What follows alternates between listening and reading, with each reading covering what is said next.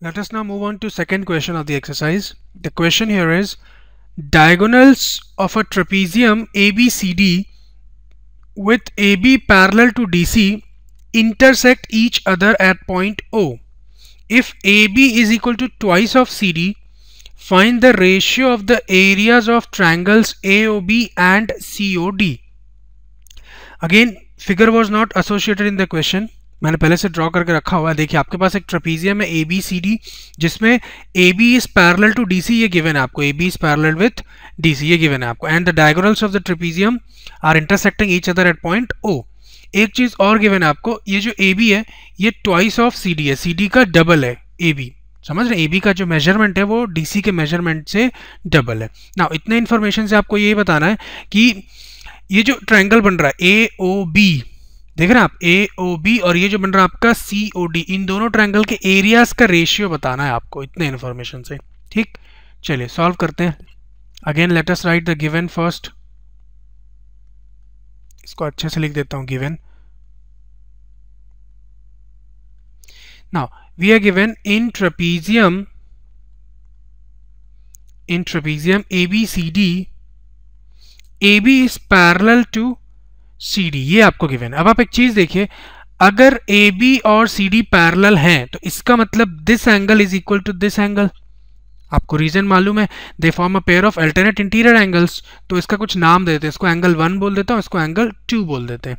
ठीक, नाउ तो आप लिख सकते हैं यहाँ पे which implies angle 1 is equal to angle 2. Angle 2 जो है वो ट्रायंगल COD का पार्ट है और एंगल 1 जो है वो ट्रायंगल AOB का पार्ट है. ठीक, तो ये जो आपने लिखा ना angle 1 is equal to angle 2, इसका रीजन भी लिख देते हैं. Since they form a pair of alternate interior angles, ये उसका रीजन है. नाउ एंड ऑल्सो एक चीज आप देखिए, जो ये एंगल है आपका, ये दिस वन, और ये एंगल, ये भी दोनों तो सेम होंगे क्योंकि ये लोग वर्टिकली ऑपोजिट एंगल है. तो नाम क्या होगा? Angle AOB is equal to angle COD. Reason being they are vertically opposite angle. तो मैं यही लिख रहा हूं. एंड ऑल्सो एंगल DOC, आप COD बोलिए DOC बोलिए एक ही बात है, is equal to angle AOB, ये AOB.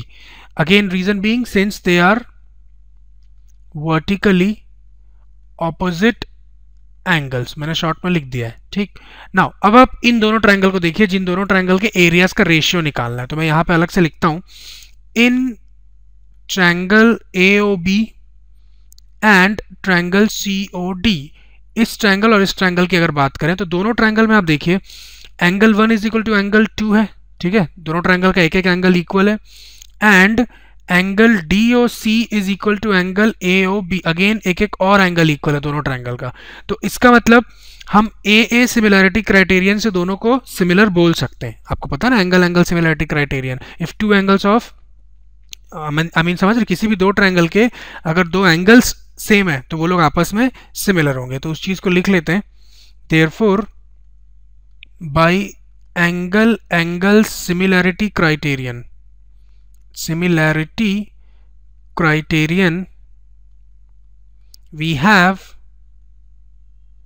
we have triangle AOB similar with triangle COD.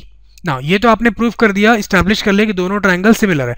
अब आपको कंसेप्ट लगाना पड़ेगा क्या, कि अगर दोनों ट्रायंगल सिमिलर हैं तो उनके एरियाज का जो रेशियो होगा वो उनके करस्पॉन्डिंग साइड्स के रेशियो के स्क्वायर के इक्वल होगा. मैं उसको लिखता हूं. देयरफॉर हमने फर्स्ट क्वेश्चन में भी इस कंसेप्ट को अप्लाई किया है. Therefore area of triangle AOB upon area of triangle COD is equal to, देखिए अगर मैं AOB का साइड AB ले रहा हूं तो मेरे को COD का साइड DC लेना पड़ेगा. AB के करस्पॉन्डिंग जो साइड है वो है CD, is equal to AB upon CD whole square.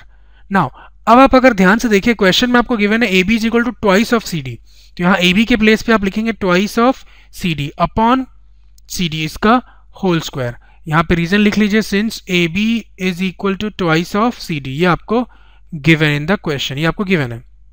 Now अब आपको आंसर पता चल ही गया होगा. ट्वाइस ऑफ CD, अच्छा एक काम करें, CD कैंसिल कर दीजिए. 2 का स्क्वायर कितना होता है 4, तो ये एक्चुअली 4 is to 1 पता चल गया आपको, hence the required ratio is 4:1। आपसे इन दोनों ट्रायंगल के एरियाज का रेशियो ही तो पूछे थे क्वेश्चन में, तो आपका आंसर होगा हेंस द रिक्वायर्ड रेशियो